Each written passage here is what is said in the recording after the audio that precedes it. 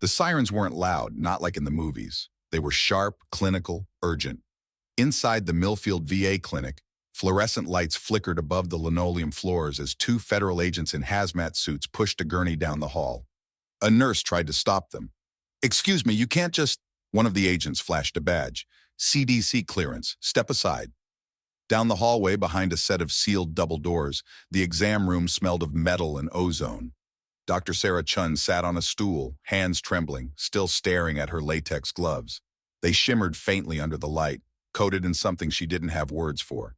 Beside her, Frank Dorman slumped on the edge of the examination table, pale and silent, his neck still bleeding from a ruptured growth that had spilled out something far more terrifying than pus. Whatever had emerged from under his skin wasn't natural. It pulsed. It moved. It retracted like a living thing, and it left behind a scent like burned wires and copper. Sarah had tried to press the emergency call button, but by the time her thumb reached it, the door had already opened. The agents came in without speaking, surveyed the room with eyes she couldn't see behind their face shields, and began preparing Frank for extraction. She wanted to ask questions. "What is this? Where are you taking him?"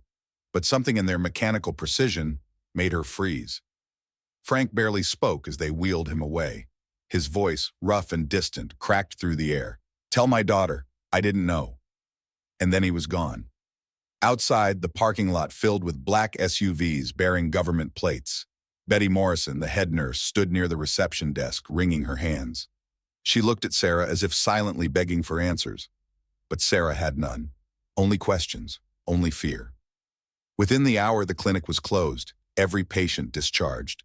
Staff escorted home one by one. Later, they would all receive paperwork, non-disclosure agreements with Department of Defense letterheads, vague threats veiled as routine procedure.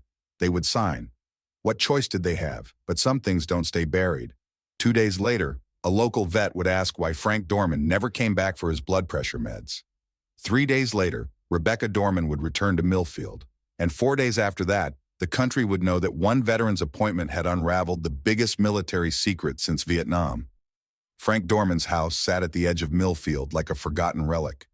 The paint had peeled along the windowsills, and the porch creaked with every step, though he rarely had visitors to hear it. He kept the place tidy, mostly out of habit. The same habit that made him fold his flannel shirts into perfect squares, line his boots against the wall, and make 2 cups of coffee every morning, though only one was ever drunk. He didn't speak much anymore.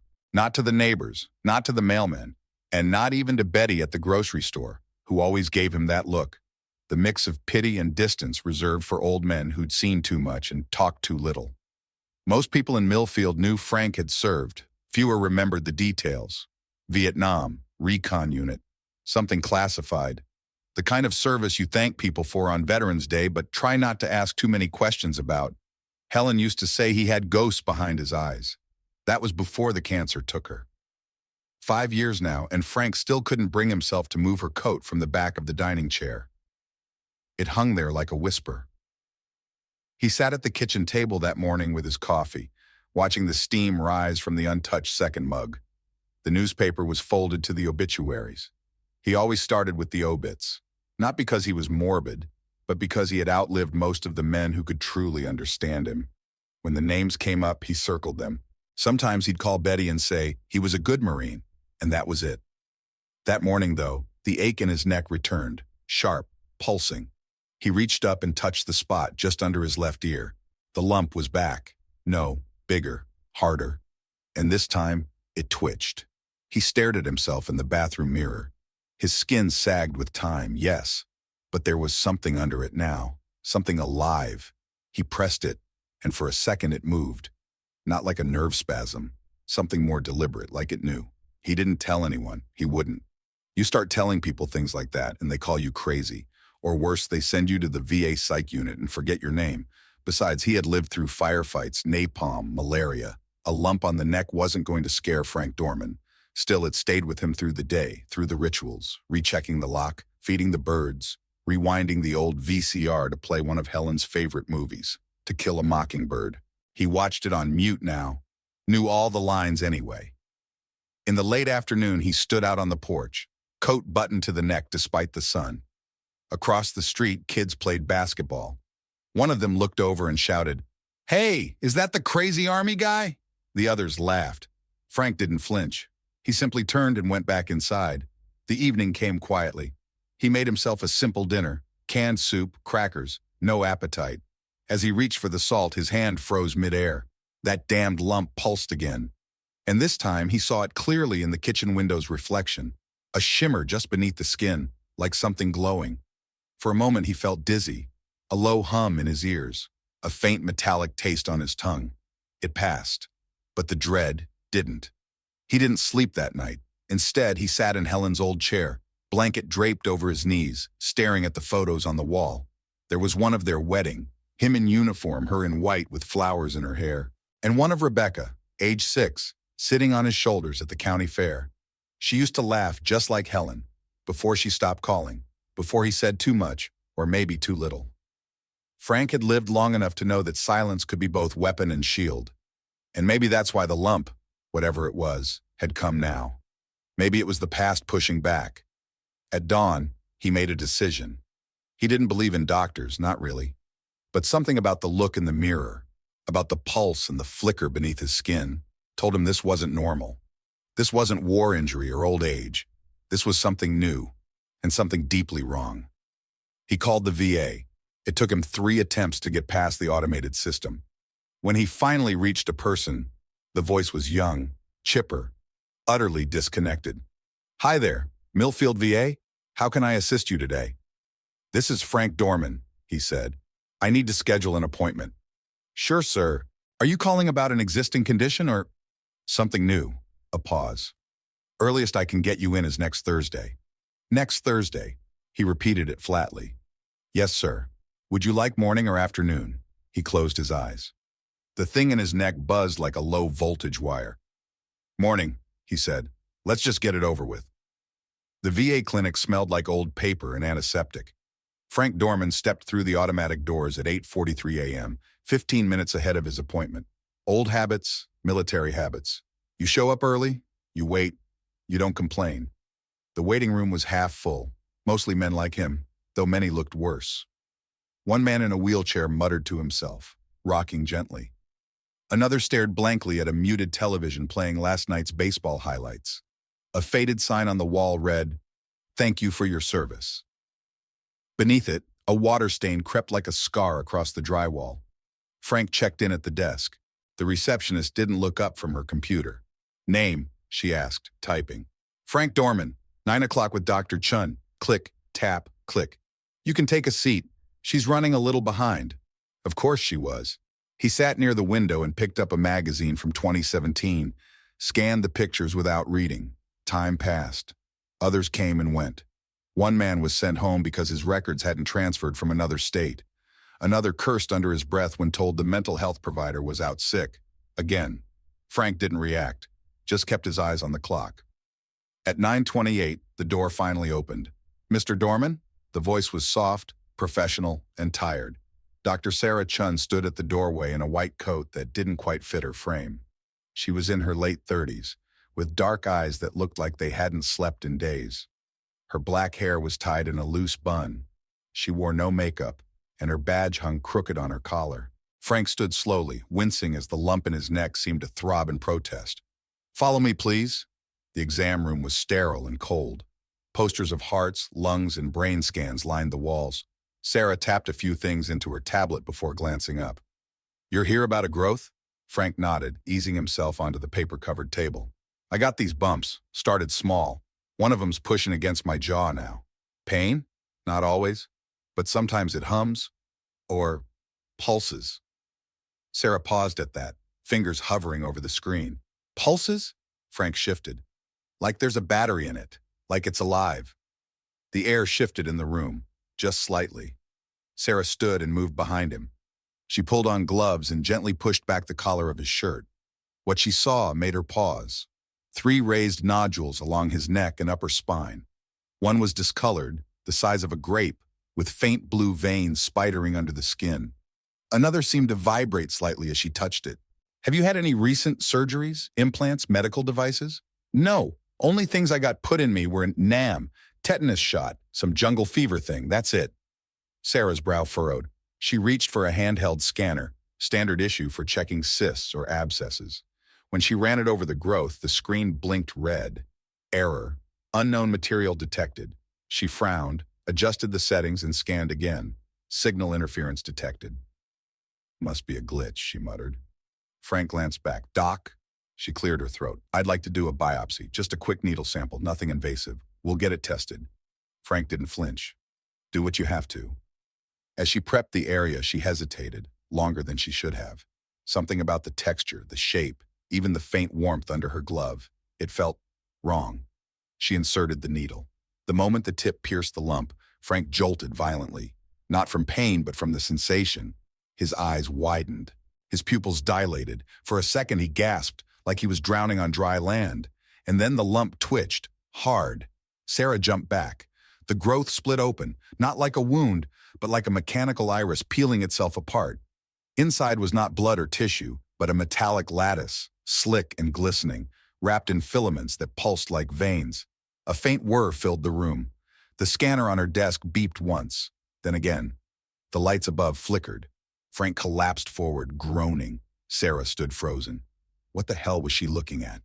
The door opened suddenly. Betty Morrison, the head nurse, poked her head in. "Everything all right?" She saw the blood, saw the thing, and screamed. Sarah reached for the emergency alarm, but before her finger touched it, the clinic's overhead speakers crackled to life. "Code white, medical lockdown in effect. All personnel remain in place." The doors sealed with a hiss. The clinic was silent, dead silent. The moment the lockdown alarm triggered, every door sealed with a mechanical hiss. Emergency lights flickered dimly overhead, casting a cold blue hue across the hallways. Sarah Chun stood frozen in the exam room, her gloved hands stained red, still trembling. The thing in Frank Dorman's neck had stopped moving. For now. 2 men arrived within minutes. Not EMTs, not VA security. These men wore unmarked tactical gear and moved with the cold efficiency of people used to silence. One of them scanned the room quickly. The other approached Sarah. "No phone calls, no reports, no samples leave this room." Sarah backed up, instinct flaring. "Who are you?" The man didn't answer. He simply tapped a badge against his chest. Department of Defense. Betty Morrison stood in the hallway, tears streaking her cheeks. "You can't just take him," she said, blocking the gurney. "He's a patient. He's under federal containment," the taller man cut her off. "Step aside." They lifted Frank, still unconscious, barely breathing, and strapped him down like cargo. His hands dangled limply off the sides of the stretcher. Sarah tried to follow, but was stopped at the doorway. "You will be debriefed shortly," the agent said. And then Frank was gone. The gurney disappeared down the hall, through the side exit, into a waiting black van with no license plates. Within 10 minutes, there was no trace he had ever been there. No chart, no scan, no biopsy. The clinic was locked down for another 4 hours. Phones were disabled. Internet connections severed. One by one, the staff were taken into a back office. A man in a gray suit with a calm voice and a steel pen handed each of them the same stack of papers. Non-disclosure agreement. Federal classification level 4. Betty refused at first.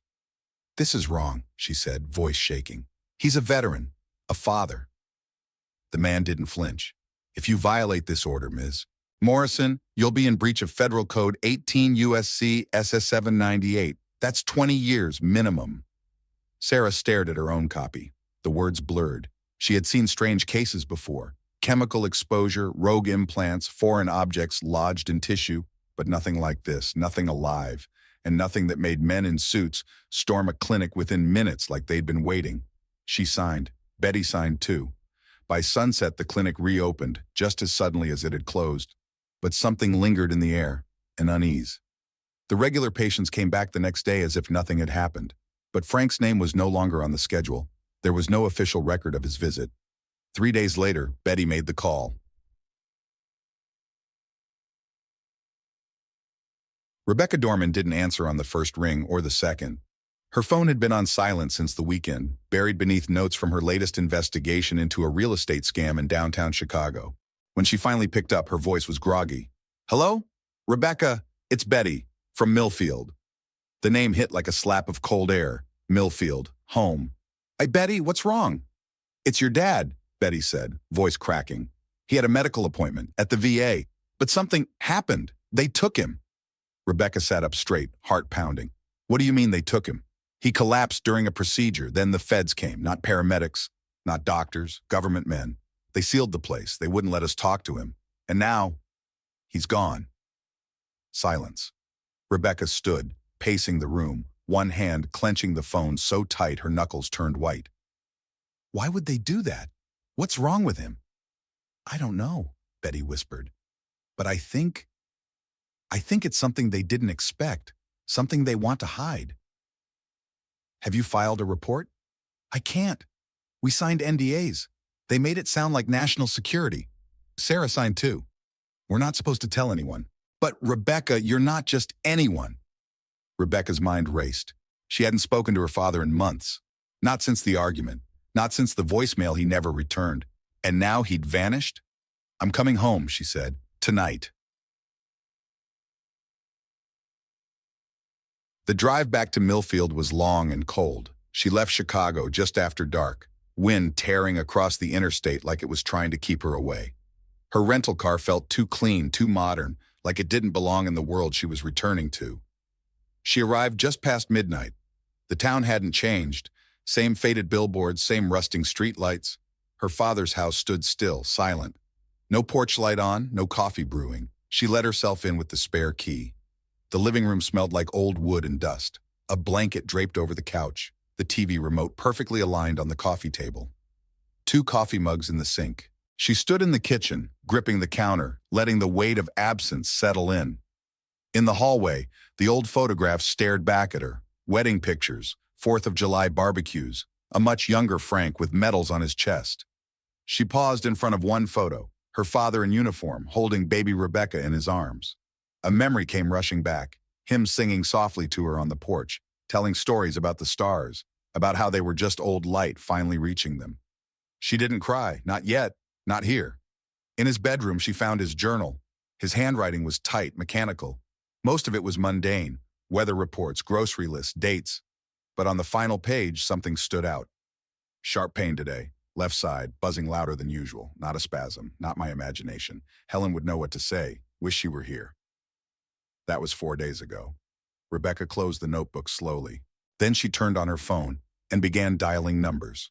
Reporters, sources, people who owed her favors. If the government had taken her father, she would find out why. And if they thought they could silence a doorman, they'd chosen the wrong one. Rebecca arrived at the Millfield VA clinic just after 10 the next morning, dressed in dark jeans, a leather jacket, and boots still dusted with road salt from the interstate. Her press badge was tucked in her bag, but her posture made clear she wasn't just someone's daughter coming to ask polite questions. The front desk receptionist barely looked up. "Can I help you?" "I'm here about Frank Dorman," Rebecca said. Her voice was calm, clipped. "He had an appointment 3 days ago. No one's heard from him since." The woman blinked, clearly uncomfortable. "I'm sorry. I don't have any patient by that name." "That's funny," Rebecca said, pulling out her phone. "Because I have a voicemail from a VA nurse who watched him get wheeled out of this building. You're telling me that didn't happen?" The woman straightened in her seat. "Ma'am, I'm going to have to ask you to leave if you're going to raise your voice." I haven't even started yet. Behind the desk, Betty Morrison stepped into view.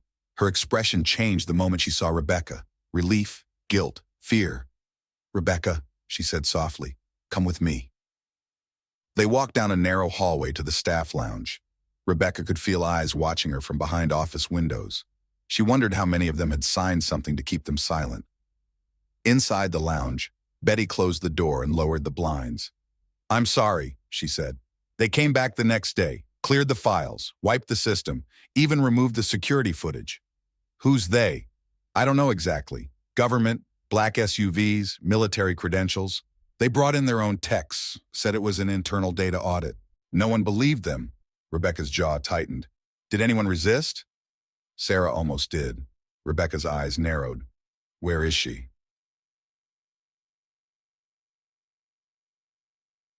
They found Dr. Sarah Chun in her office, staring at a blank screen. She looked like she hadn't slept since the incident. Dark circles under her eyes, posture tense. Her desk was unnaturally clean, stripped of anything personal. She glanced up as they entered. "I figured you'd come," Sarah said. Rebecca studied her carefully. "So you saw it?" Sarah hesitated. "Yes." "What was it?" "I don't know." "That's not good enough." Sarah stood. "Listen, I can't talk to you. I already gave a statement to federal agents. I signed an NDA. Rebecca stepped forward. "I'm not here as press. I'm here as a daughter. My father's missing. You were the last person to see him. And whatever you saw, whatever he became, scared enough people to make the government erase him. I need the truth." The room fell silent. Sarah finally sat down, her hands folded tightly in her lap. "He came in complaining of growths, subdermal, firm, with neural sensitivity. I ran a scan. The system couldn't identify the material. When I performed a needle biopsy, the lesion opened. Like an iris. Inside I saw filaments, moving. It wasn't human. It wasn't even biological, not entirely. It reacted to the needle, to light. It triggered a system error. Moments later, the clinic was locked down." Rebecca processed that, her pulse quickening. "You're saying my dad had some kind of implant? Something military?" "I don't know if it was implanted. It felt grown." Rebecca took a deep breath. "Do you think he's still alive?" Sarah looked down. "I think so. They didn't take him like a corpse. They took him like property."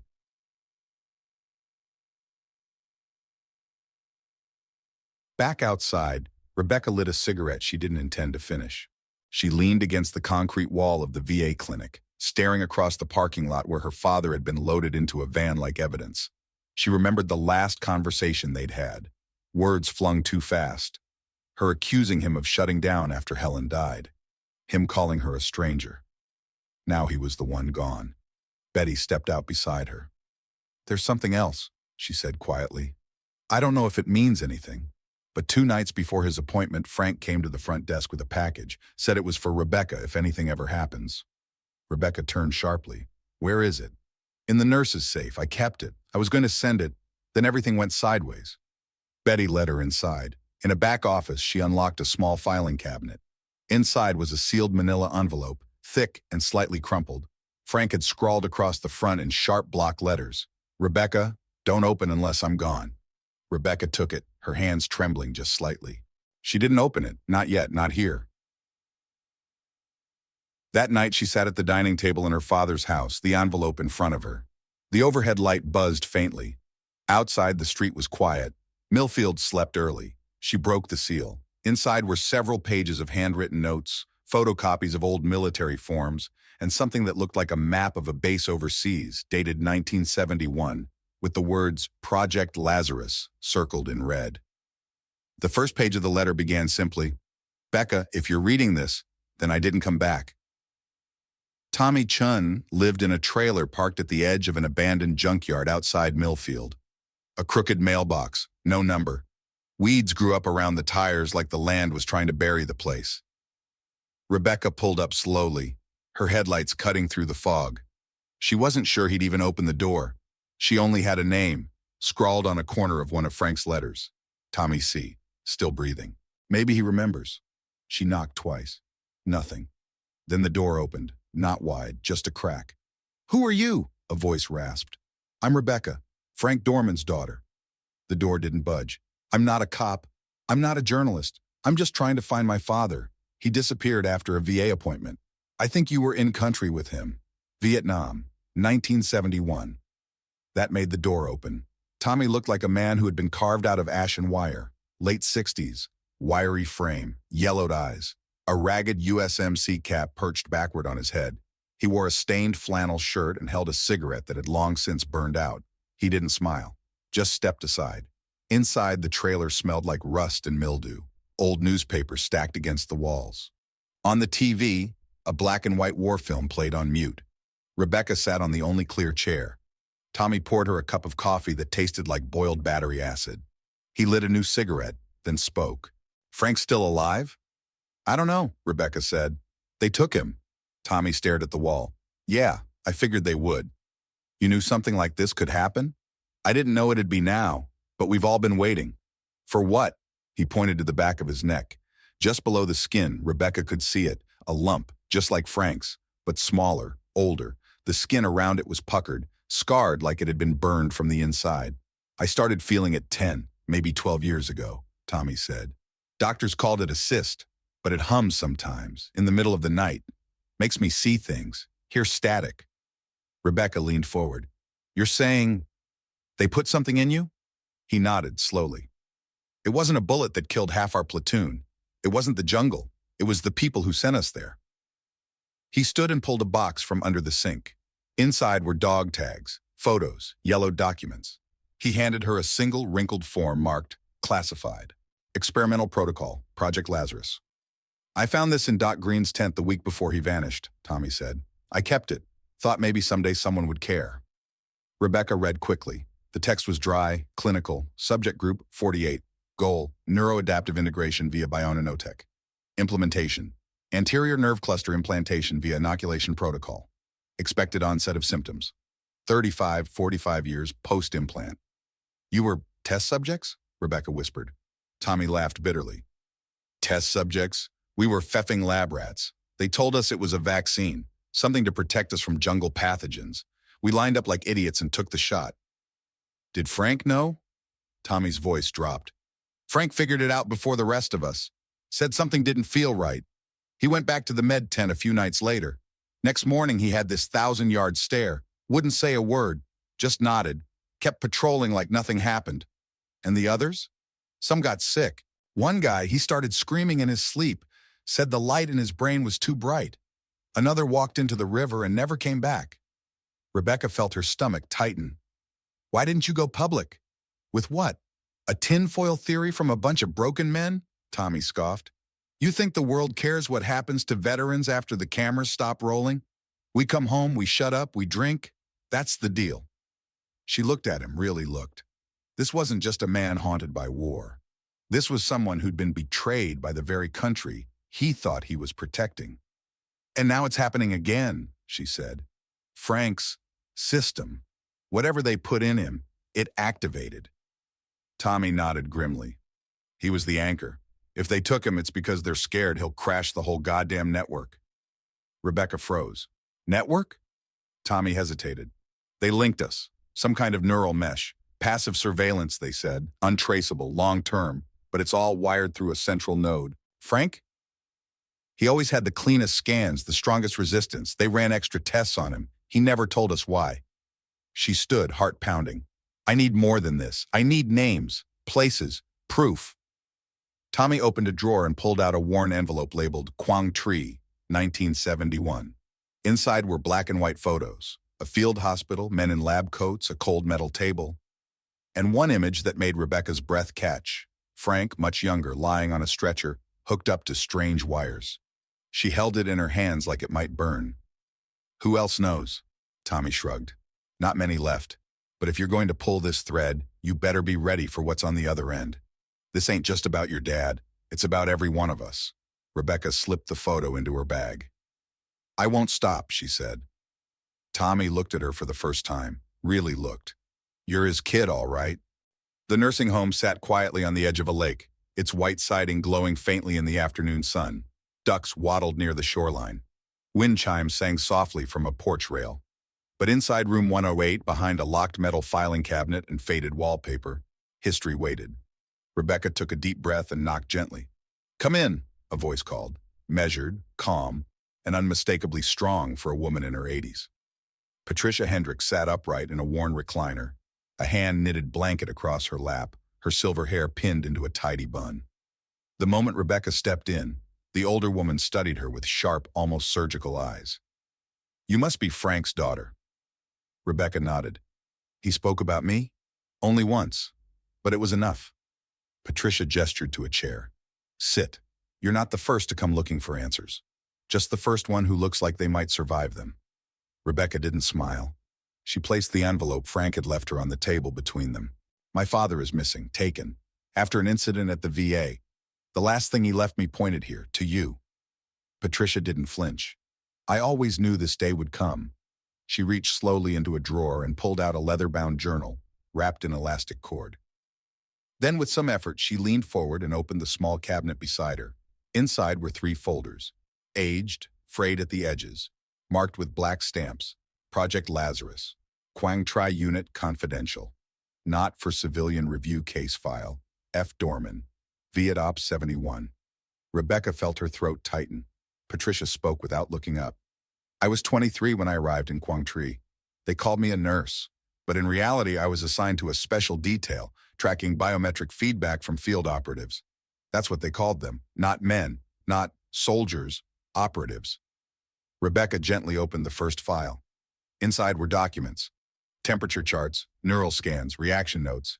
Then, a list. 48 names, every one of them tagged with implanted or incomplete. Beside Frank Dorman's name, Phase 3 candidate, stable. Patricia tapped the page. They injected them with something synthetic, a kind of programmable nanomaterial suspended in a viral vector, designed to adapt, integrate with neural tissue over time. It wasn't just surveillance, Rebecca. It was reprogramming. Rebecca looked up. "You mean control?" "No," Patricia said. "Not at first. It was intended to preserve. Bring soldiers back from trauma. Regrow damaged synapses. Think of it as neurological resurrection. That's why they called it Lazarus." Rebecca whispered. "But it didn't work." Patricia's eyes darkened. "Not how they wanted. Some men's minds rejected the implants. Others didn't stay human. There were cases of dissociation, delusions. One man ripped out his own fingernails because he said he could feel the transmission under them." Rebecca's hands trembled slightly. "And my father?" "Frank was the outlier," Patricia said. "He absorbed the material, integrated it without symptoms for years. They called him the key. But when the war ended and the project was shut down, no one told the subjects. They just walked away, left them behind, like broken tools." Rebecca's voice grew tight. "So they just waited for something to happen?" "No, they forgot them until now." Patricia reached into the back of the folder and pulled out a microcassette. On its label, redacted, Session 14B, Dorman. "I stole this the day I was rotated out. It's an interview, conducted after Frank experienced what they called neural awakening. He started dreaming in numbers, speaking in languages he never learned." Rebecca stared at it. "How did you keep all this hidden?" "I moved every year, changed jobs, changed names once. But no one was watching anymore. The world moved on. War heroes turned into ghosts." She paused. "But your father never forgot. He wrote me once, maybe 15 years ago, said he felt something inside him getting louder. I told him to go quiet. He did. Until now." Rebecca flipped to the last page in the folder, a diagram of the implant. It resembled a neuron, but mechanical, artificial, rooted in the spinal column, laced with tendrils into the brainstem. "I need to get this to someone," she said. Patricia's voice lowered. "Be careful who you trust. This tech didn't die with Lazarus. The military never kills a program. They just rename it." Rebecca slipped the tape and files into her bag. Then, hesitating, looked back at Patricia. "Why help me?" Patricia smiled faintly. "Because once upon a time I looked a man named Frank Dorman in the eye and realized he was more human than the people who created him." That night, in her father's house, Rebecca set up an old cassette player. She sat on the floor, the files spread around her like puzzle pieces. The tape hissed, then clicked. A voice, male, clinical, spoke first. "Session 14B, subject Dorman Frank. 48 hours post-trigger. Begin." Then Frank's voice strained, distant. "I hear it when I sleep, like a signal, but it's Familiar, like I've always known it, even before the war. Do you feel in control of your thoughts? Yes. But they're not all mine. What do you mean? Sometimes I remember things that didn't happen, places I've never been, like someone else's memories, downloaded into me. Pause. What would you say if I told you that's intentional? Frank's voice shook slightly. I'd say you made me into a weapon, and now you're scared I might aim the wrong way. The tape clicked again, then silence. Rebecca closed her eyes. The truth wasn't buried anymore. It was waking up. Rebecca uploaded the scanned files at midnight. She used an encrypted server, the kind favored by whistleblowers and digital rebels. She sent them to 3 journalists, one in D.C., one in London, and one she knew personally from a previous investigation. Along with the files, she included the audio from the cassette tape. Subject line, Project Lazarus is real, and it's waking up. She expected silence, maybe threats, maybe nothing. Instead, within 6 hours, the London contact replied, "We're in. This story could shake the Pentagon. Keep yourself safe." But as the news spread across the deep web and encrypted forums, something else happened, something she hadn't planned for. People began writing back. Not reporters, not officials, veterans, hundreds of them. "I have the lump. It buzzes sometimes, like a phone on vibrate. For years I thought I was going crazy. Now I know I'm not alone. My brother had this too. He killed himself last year. Tell me what they did to us." It wasn't just 1 or 2 isolated cases. There were patterns, a cluster in Texas, another in California, a small group in Illinois who claimed they'd all been stationed near Da Nang in the early 70s. Every one of them had been told they were given a routine vaccine, and now they were all starting to feel it, something inside them turning on. At 2:37 p.m., in a VA hospital in Sacramento, a man named Elliot Barnes, age 72, began screaming in his sleep. His nurses rushed in to find him convulsing, his pupils dilated, muttering numbers, long sequences of binary code. When they tried to restrain him, he threw one of them across the room with strength that defied his age and frame. Then he collapsed. His blood test came back clean. His brain scans, not so much. There was activity in his frontal cortex, patterns they'd never seen before, like a machine running code in the background. By nightfall, 7 more cases were reported across 3 states. The CDC denied involvement. The Department of Veterans Affairs issued a one-line statement. "We are aware of isolated neurological incidents and are reviewing them accordingly." But behind the scenes, panic had begun, and they were coming for Rebecca.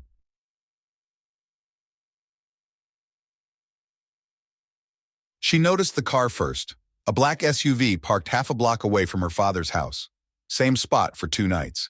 Windows tinted. Engine never turned off. She drove around the block twice. The SUV didn't move.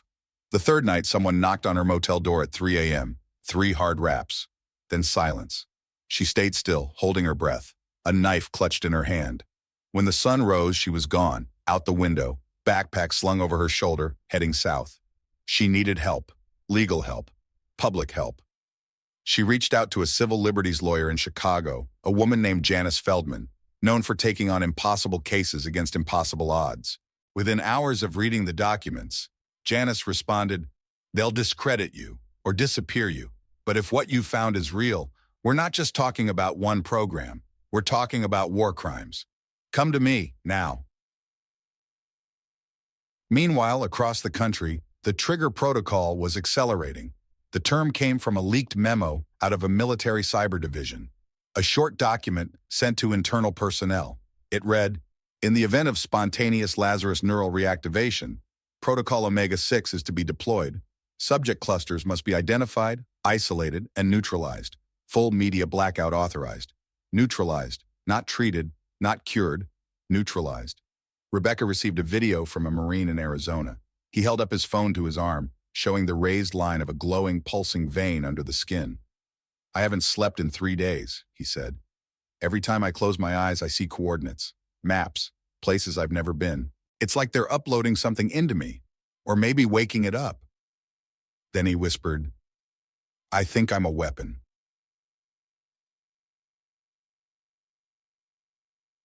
On the 5th day, Rebecca met with Janice Feldman in a small office in downtown Chicago. The lawyer looked exhausted, exhilarated, and terrified all at once.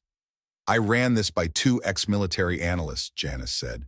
They confirmed the document styles, the phrasing, the funding trails. Lazarus was real. Was? Rebecca asked. No, Janice corrected. It just changed names. Rolled into a DARPA initiative 3 years ago. They called it Phoenix Mesh. Same goals, smarter tech. Rebecca stared at her. They never shut it down. They never do. Janice pulled up a map on her tablet. We've tracked over 120 self-reported cases from veterans across the U.S. since your leak. And those are just the ones willing to speak. My guess? Thousands more. Most don't know what's happening to them. Rebecca's voice was hoarse. What if it's not just symptoms? What if it's a chain reaction? Janice looked grim. Then we're looking at the first stages of a nationwide activation event. And then came the pushback. A story appeared online, anonymously sourced, claiming Rebecca was mentally unstable, that she had falsified military documents to support a conspiracy theory. An image of her personal file, doctored, began to circulate. Janice's office was broken into. Nothing stolen, except her backup drives.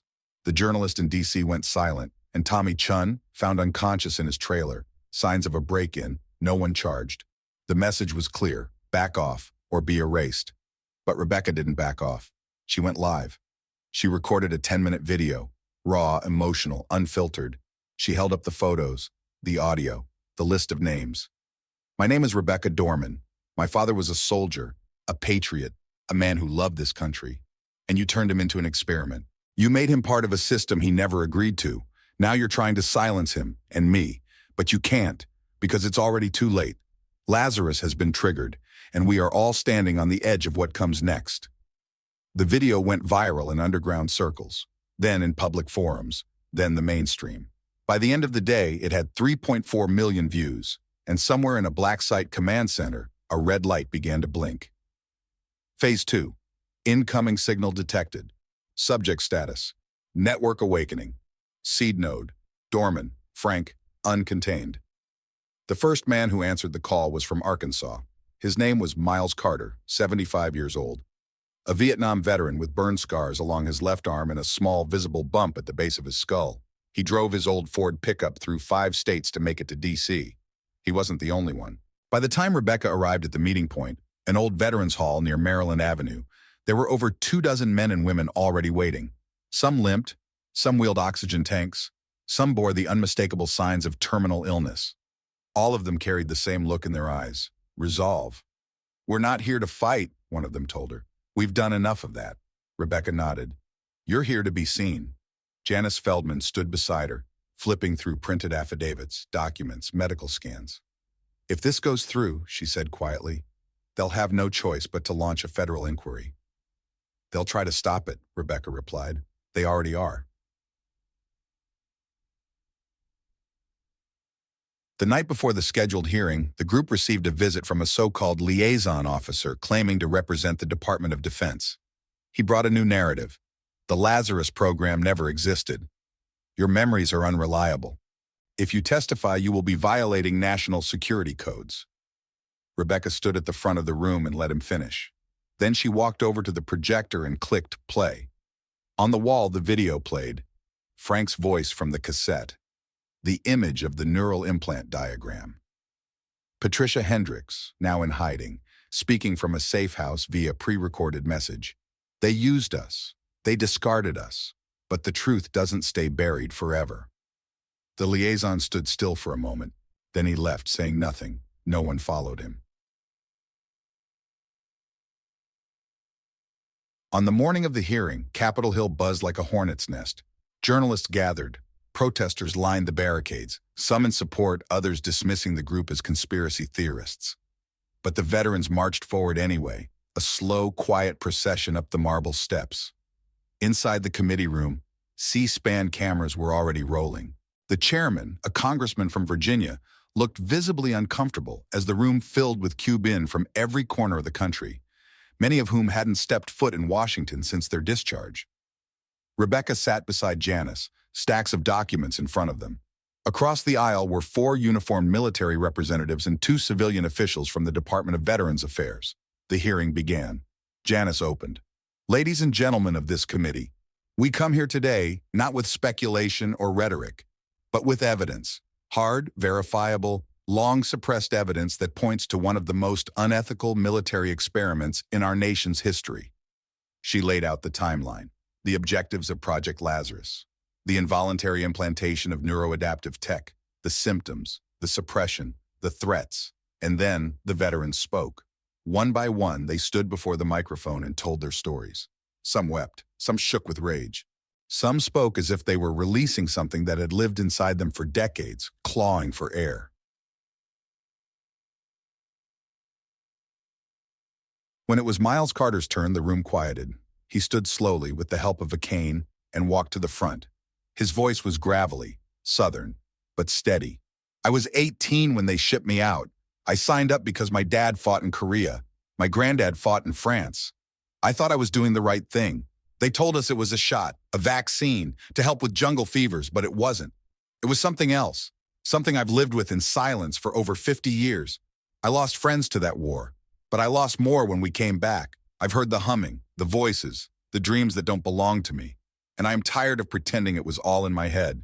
He paused. Then he reached up and unbuttoned his collar. The room gasped.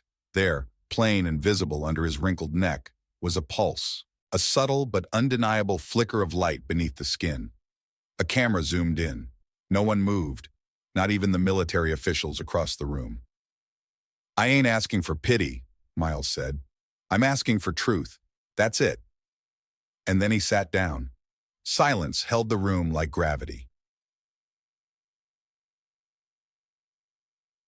Outside the chamber, the tide had shifted. Within hours, news outlets across the country replayed the footage. Hashtags spread. Veterans from different wars, Korea, Desert Storm, even Iraq, began to question past medical trials they'd been subjected to. Public pressure mounted. Within 72 hours, the House committee voted to authorize an independent investigation. But the celebration didn't last. Janice received a message on a secure line. They've authorized quiet detainment of key figures, including Rebecca Dorman. The order was unofficial, shadow level, meant to disappear her before Phase 2 unfolded. Rebecca looked at Janice. I'm not running. Janice shook her head.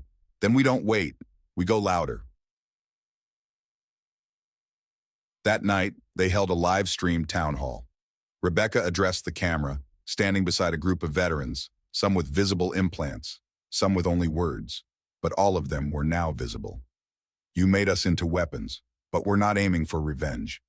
We're aiming for truth, for healing, for accountability. If you think silence will save you, you don't understand what you've created.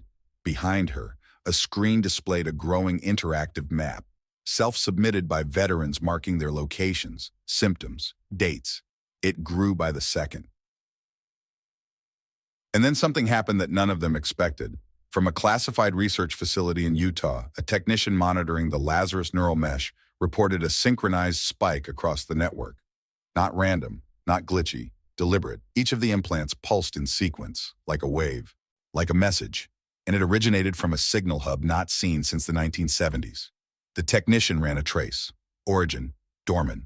Frank status, active, uncontained. New command sent. Destination, all units. Back in D.C., Rebecca's phone buzzed. A single text, no sender, no signature, just 3 words. I'm still here. Rebecca's hand hovered over the ignition of the dusty rental SUV as she sat. Headlights dimmed at the edge of the Nevada desert. The night wind hissed like ghosts across the sand, carrying no promise of comfort. Behind her, 8 veterans, Miles Carter, Tommy Chun, and 6 others, sat silent, their faces lit only by the dashboard. Each of them carried his own lump, his own secret, his own betrayal by the nation they once served. This is it, she said softly. Site 17. It was declassified last month but erased from all maps. Underground facility 3 levels below ground. According to Janice, it's the command hub where they've been interfacing my father's system to the network. Tommy reached out, his hand weak but firm. Are you sure he's in there alive? Rebecca swallowed. They tracked the signal, the trace origin, Dorman, Frank, status, active, uncontained. A collective pause. The truth hit them like a blast wave. Miles shifted in his seat. If we go in, there's no backing out. Not just for him, for all of us. She nodded. Then we go now. They drove off into darkness, the SUV's outlines swallowed by the night. The entry point to Site 17 was disguised beneath abandoned mining equipment, half-buried conveyors and rusting ore carts.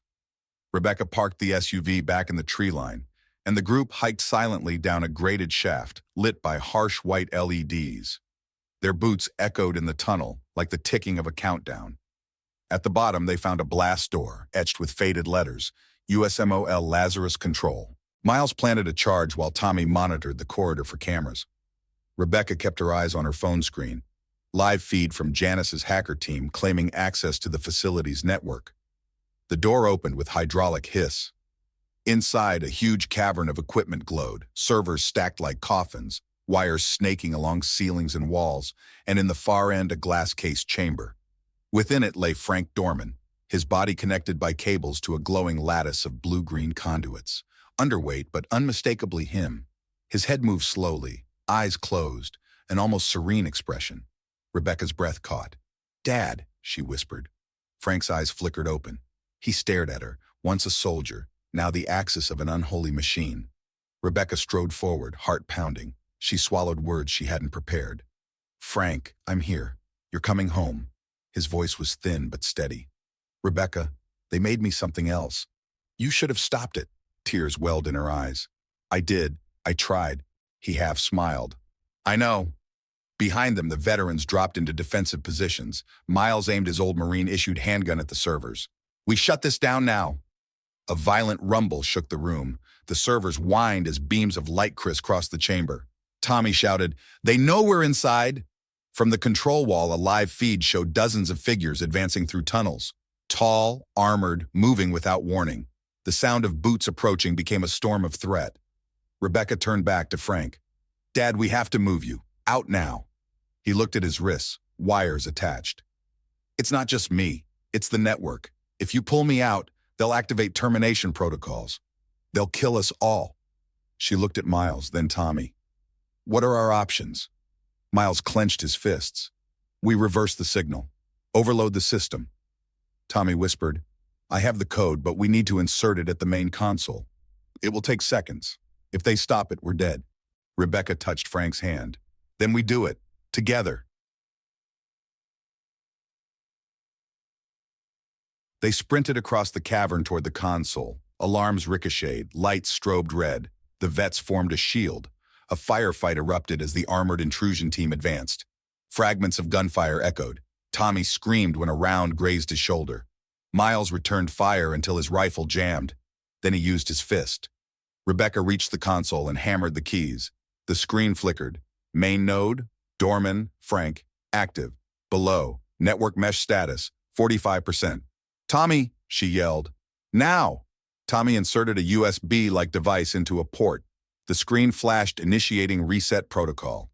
Frank convulsed in the glass chamber, the lattice of light around him pulsing intensely. Rebecca held his hand tight. Miles kept yelling, firing, dodging. One of the vets fell beside him, blood soaking his sleeve. He shouted, "Finish it!" Rebecca touched enter. The facility trembled. A wave of energy surged across the servers. The conduit lattice collapsed inward. Frank's glass case shattered. He gasped, drawing a real breath for the first time in decades. The network map turned red, then black. A countdown timer flashed. System shutdown M003. Then it hit 0. The hum stopped. Silence.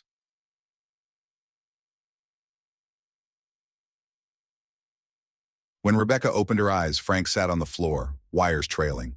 He looked at her with confusion and clarity. "It's done?" She nodded. Miles staggered toward her. "You did it!" Tommy limped up. "Let's get out of here."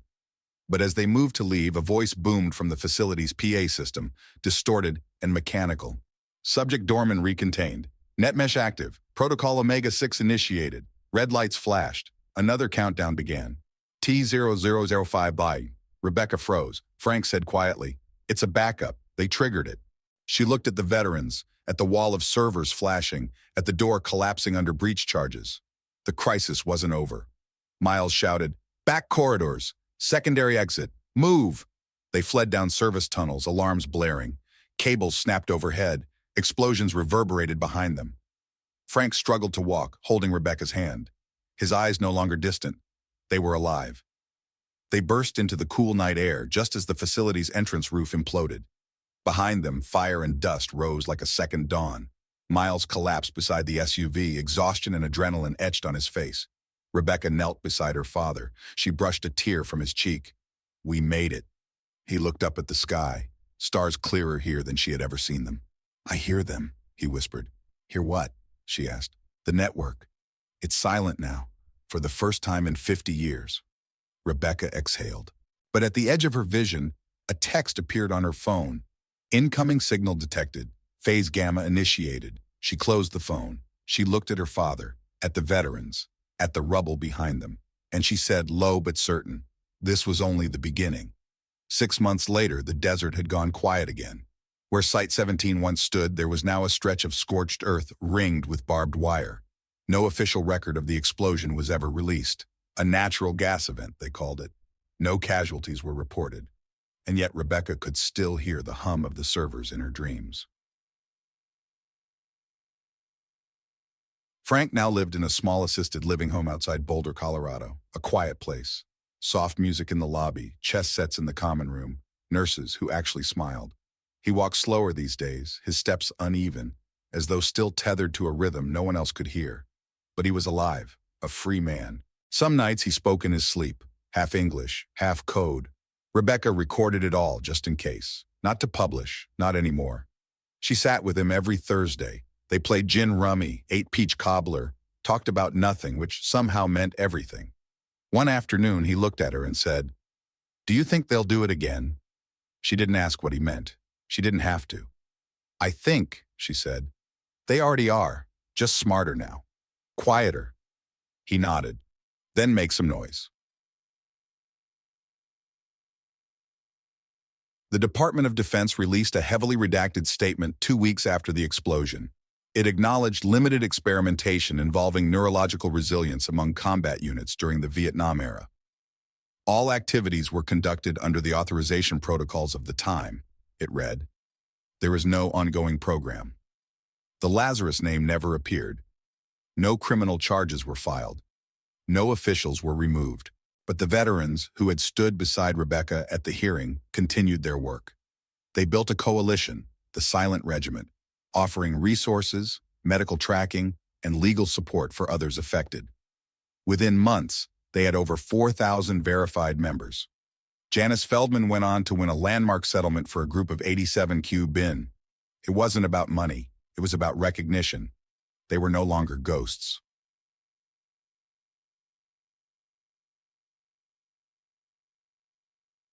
Rebecca published her book on the anniversary of the congressional hearing. It was titled, My Father's War, The Secret We Buried. It didn't read like a manifesto. It read like a daughter trying to understand the man who had raised her to trust her gut, and who had, in the end, trusted her to finish what he couldn't. The book opened with a single line. Before he was a weapon, he was my father. The book sparked a new debate across the country about the ethics of military science, government secrecy, and the definition of patriotism. Some called her brave. Some called her a traitor. She didn't care. She wasn't writing for them. She was writing for the men who still saw flickering lights under their skin at night.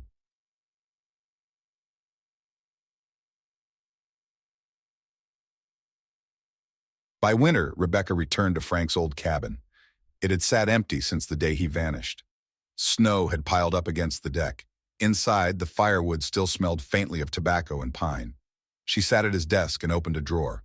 There, still untouched, was the cassette player. She hesitated, then pressed play. Session 14B, subject dormant, begin. She listened again, not to dissect, but to feel. His voice was different then, full of anger, confusion, defiance. Now he mostly just sounded tired. When the tape ended, she placed it back in the drawer and locked it. Some stories didn't need repeating. 1 month later, she received a package, no return address, postmarked from Oregon. Inside, a thumb drive. When she plugged it in, a single file opened. No label, no metadata, just a short video. It showed a classroom, modern, clean, bright. Children sitting at desks, each wearing a thin silver band across the back of their heads. A logo in the corner read, NextBio, Cognitive Development Division. A voice spoke over the footage. Gen 2 integration complete. Subject response optimal. Neural syncing within tolerance. Begin protocol trials in Q3. The footage ended. Rebecca stared at the screen, her breath held tight.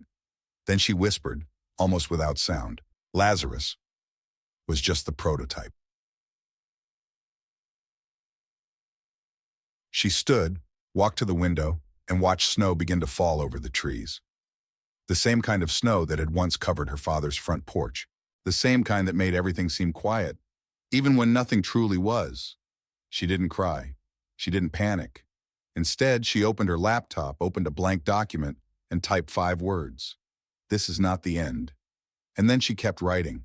As the snow fell silently over the cabin that once held so many secrets, one truth remained. Some wars never end, not on the battlefield, but in the silence that follows. We don't always get justice, but we can choose to remember, to speak, to ask the hard questions, even when the answers are buried deep. Maybe that's what being human is about, not just surviving what was done to us, but choosing what kind of story we leave behind.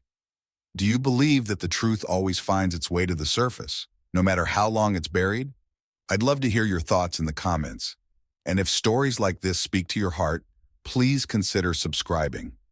There are more truths worth telling, and we're just getting started.